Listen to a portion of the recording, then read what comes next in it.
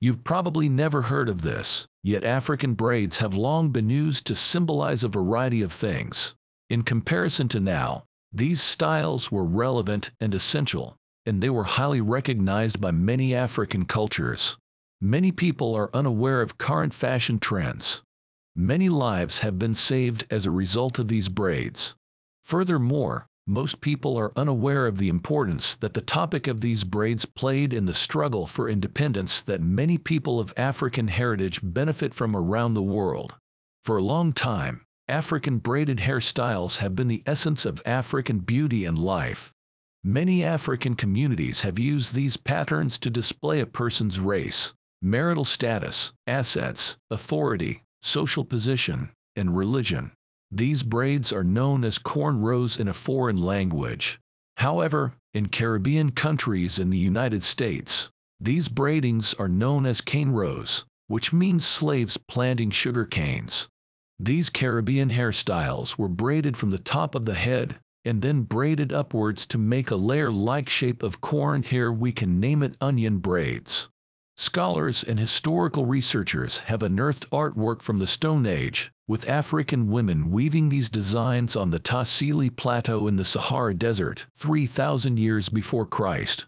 Researchers have also discovered many drawings of Black Americans from around 1,000 years ago, with braided hair.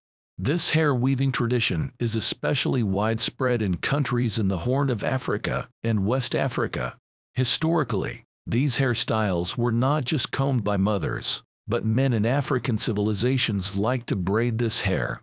Johannes IV and Tewodros II, Ethiopian rulers and legendary warriors, are two examples of such guys.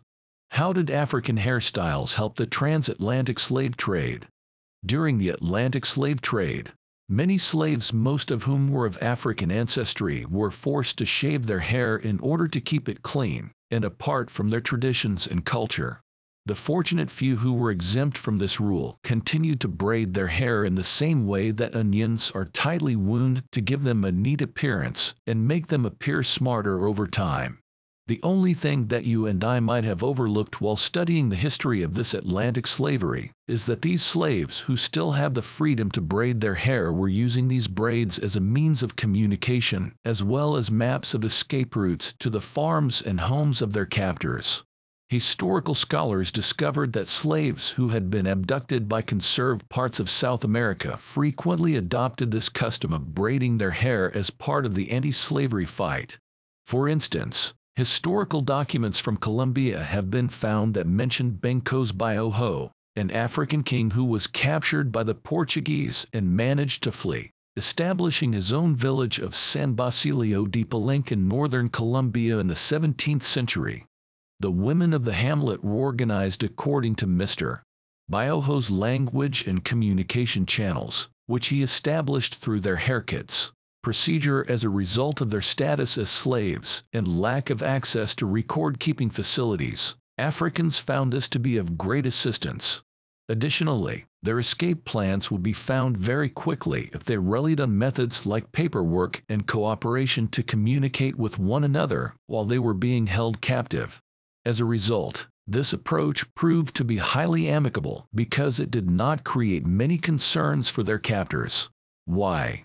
It's because, at the time, only Africans were aware of the usage of hair in escape plans.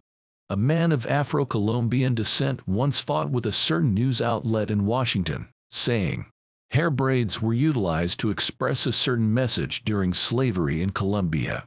Therefore, there were braids that represented a desire to flee. We used to call them departed.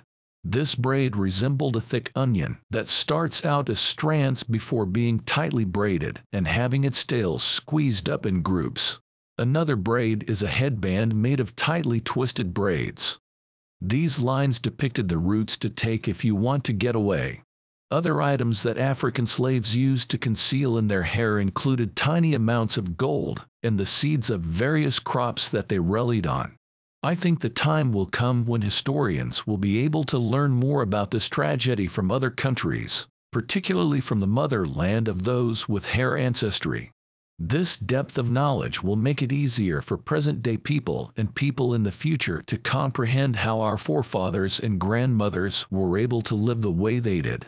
Personally, I can state that I am pleased to see individuals like neighborhood women on the streets who cook in public and assist others in maintaining their natural hair, as they carry on the heritage of weaving various natural hairstyles. What do you think of this, dear viewer? Do not forget to like and share our work.